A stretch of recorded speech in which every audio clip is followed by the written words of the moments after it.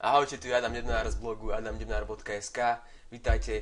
A dneska vám chcem predstaviť skvelý program Evernote. Je to poznámkový program, ktorý používam dosť často na robenie poznámok. V dnešnej dobe je plnej obrovského kvanta informácií, ktoré nevieme alebo máme problém zaradiť. Vznikol tento program, tak vám ukážem, aké má tento program výhody. Po registrácii sa vám vytvorí účet na servery Evernote, kde vlastne všetky tieto poznámky sa uložia. Všetky poznámky, ktoré si uložíte v počítači v tomto programe, sa uložia aj na servery. A vlastne k týmto informáciám vašim uloženým máte prístup buď z vášho počítača osobného, alebo aj z web aplikácie z internetu. Alebo mobilnej aplikácie. Čiže môžete mať tieto informácie aj vo vašom mobile, alebo teda v smartfóne. Takže ďalšia výhoda je mobilita. Že fakt, že tento program sa dá nainštalovať na všetky možné telefóny, ako je Android, iPhone, programy z Windows 7 a Symbian a neviem aké ešte možné. Takže toto je ďalšia taká veľká výhoda. Ukážem vám teraz, ako to vyzerá, tento Evernote. Vlastne teraz sa pozeráme na hlavnú stránku Evernote, evernote.com. Tak, tu sa môžete zaregistrovať. Create account, pokiaľ nemáte ešte účet. Tu vyplníte klasické meno, e-mailovú adresu, prihlasovacie meno, heslo, zopakujte heslo, kontrolnú otázku a pekne zaregistrujete sa.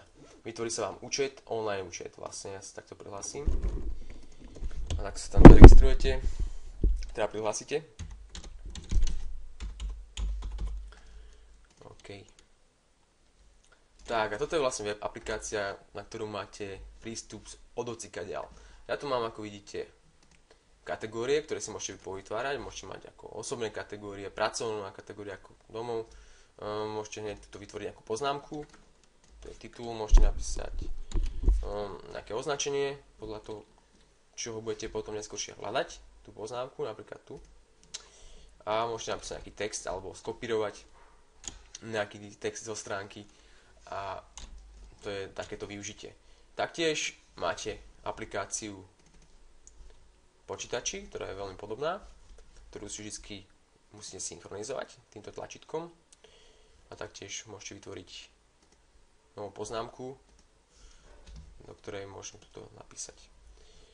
A hneď táto poznámka sa uloží na internet. Jedna veľmi užitočná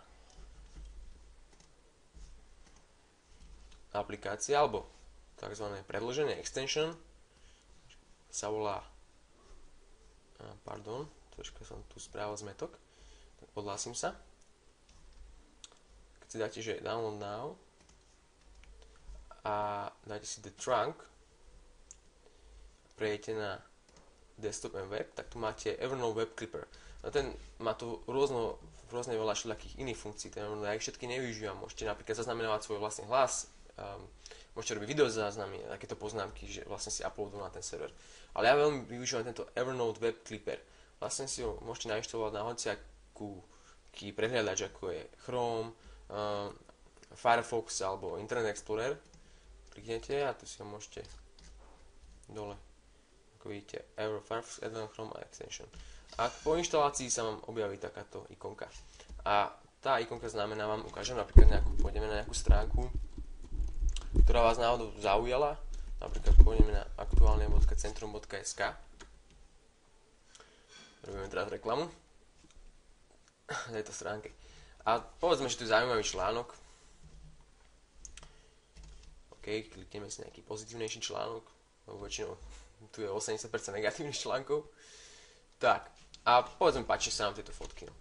Kliknite si na túto ikonku Evernote. Samozrejme musíte byť prihlásení, ja som tu teraz momentálne není.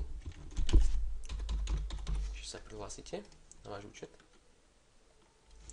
A vybehne vám takéto okničko, kde tiež napíšete titul, označenie a pridáte nejaký text. Takže zaujímavý článok. Dáte uložiť a táto poznámka a vlastne tento celý link sa vám uložil do Evernote. Teraz ho môžem synchronizovať v tomto desktope. Tak, máme tu fotogaléria aktuálne.centrum.sk. Zaujímavý článok. Kliknete si vidíte link a dostanete sa na stránku.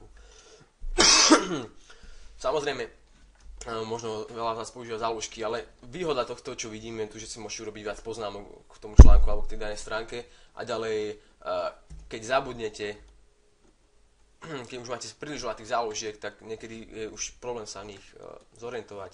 A v tomto Evernote máte jednoduchý vyhľadávač a dáte si zaujímavý článok alebo aktuálne a vidím vám všetky vidíte ako rýchlo uložené poznámky ohľadom slova aktuálne. Čiže toto vidím veľký plus. A ďalší plus, sa vám teraz prepnem, idem na inú kameru. Hneď to bude. Tak, teraz mám môj telefón Samsung Galaxy S s Androidom a aplikáciu Evernote nainštalovanou. Tu vidíme widget. A ako vidíme, máme tu 3 ikonky. Prvá ikonka je normálna poznámka klasická. Čiže keď sa na ňu kliknem, tak si môžem spraviť poznámku. Titul, priestor na písanie poznámok. Tu si môžeme dať v akej kategórii si to uložíme. Značku ako tak. A môžeme to hneď uložiť. Ako na to uložíme, ide to hneď na server, pokiaľ sme pripojení na internete. A sa to tam uloží, čiže máme k tomu prístup zošediaľ. Ďalej, ďalšia ikonka. Tu je fotka. Môžeme spraviť fotku, už úplne úžasná vec, to mám asi najradšej.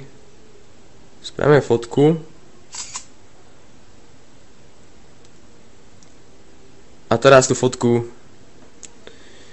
môžeme uložiť. Dáme titul k tej fotke, nejakú poznámku k tej fotke, a tiež označenie a tiež uložíme. Uložil som ho. Teraz je uložená vlastne a nahrá sa na servera, taktiež máme na internete. Si môžeme pozrieť, o chvíľku si to pozrieme. Potom tu môžeme spraviť audio note, čiže zvukový záznam, nahráme a taktiež jednoduchým spôsobom a uložením odošleme informácie na web. Tak a teraz si Evernote zosynchronizujeme v počítači. Tak, sme synchronizovaní a pozrieme si našu uploadnutú fotku, ktorú som urobil z môjho Samsungu. Ako vidíte, je to úžasné. To môžete spraviť poznámku a tú fotku využiť na niečo. No, toto je zrovna nie najkrajšia fotka, je to bordel môj. Tak, ja vám veľmi ďakujem za pozeranie a dávam ešte jednu otázku. Ak máte podobný program, alebo nejaký lepší, alebo nejaký iný, o ktorom ja neviem, tak kľudne ho sem dajte pod toto video, pod diskusiu, ukážte a môžeme sa pozrieť aj na ten. Ja ďakujem, do počutia, alebo do pozrenia na budúce a majte sa krásne.